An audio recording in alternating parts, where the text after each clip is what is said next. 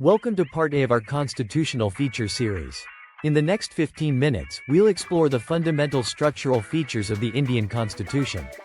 We'll begin by understanding its unique structure. It's the world's longest constitution with 465 articles and 12 schedules. Then we'll examine how it establishes a federal system while maintaining unitary characteristics. Finally, we'll look at how it brilliantly synthesizes parliamentary democracy with judicial supremacy. Let's dive in. The Indian Constitution is unique in its length and detail. Why is it so long?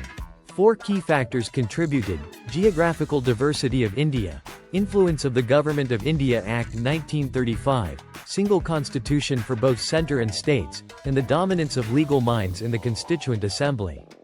Unlike constitutions of USA, 4,400 words, or Canada, shorter documents, India's framers chose to include detailed administrative provisions rather than leaving them to ordinary legislation.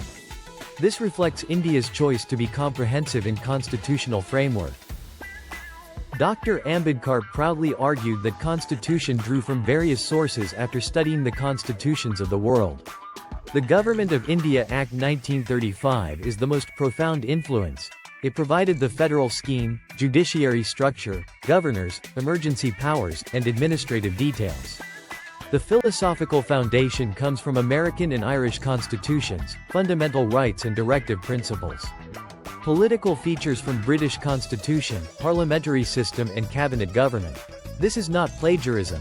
It's wise adaptation of proven democratic structures to Indian conditions. This is a brilliant invention of Indian constitution. Unlike pure federations like USA or Australia, or unitary states like Britain, India chose a middle path, federalism in form but unitary in spirit. This means powers are divided between centre and states, federal, but centre has overwhelming strength, unitary. During national emergencies, the federal structure can convert to unitary without formal amendment. India's geographic, linguistic, and religious diversity made this necessary. Strong centre holds diverse states together, but states retain autonomy for local matters. Term, Union of States indicates states cannot secede. This three-list system, borrowed from 1935 Act, is the heart of Indian federalism. Union list has subjects of national importance. Only Parliament can legislate. State list has subjects of local concern. State legislatures legislate. Concurrent list allows both, but if conflict arises, union law prevails. The key advantage is flexibility. Parliament can legislate on concurrent subjects even in state's domain. Residuary powers going to centre, unlike USA where they go to states, reinforces India's unitary bias. This system has proven effective in balancing national unity with regional autonomy. Indian Constitution establishes parliamentary democracy at both centre and states. Unlike presidential systems, USA, here executive depends on legislature's confidence. President is constitutional head, like British monarch, with ceremonial powers. Prime Minister is political head, leads government and commands parliamentary majority. Key feature: collective responsibility means all ministers are answerable to Parliament for government actions. If government loses confidence vote, it must resign. This has proven stable despite coalition governments. Scientists have called it prime ministerial government, due to PM's crucial role in modern times. Fundamental rights are justiciable, enforceable by courts.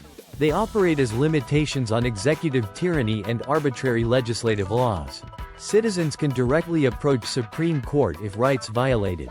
Special writs available: habeas corpus, personal liberty, mandamus, order to perform duty, prohibition, stop illegal action, certiorari, review of lower court, quo warranto, challenge authority. However, these rights are not absolute, can be restricted on reasonable grounds. Parliament can suspend rights during national emergency except Articles 20 and 21. Rights can be amended through constitutional amendment. They promote political democracy, ensuring no arbitrary government action. Unlike USA, dual judiciary, India has integrated judicial system. Supreme Court at apex, highest court of appeal, guarantor of fundamental rights, guardian of constitution. Below it are state high courts. Subordinate courts, district and lower, are hierarchically below high courts. This single system enforces both central and state laws efficiently. Constitution protects judicial independence through security of tenure.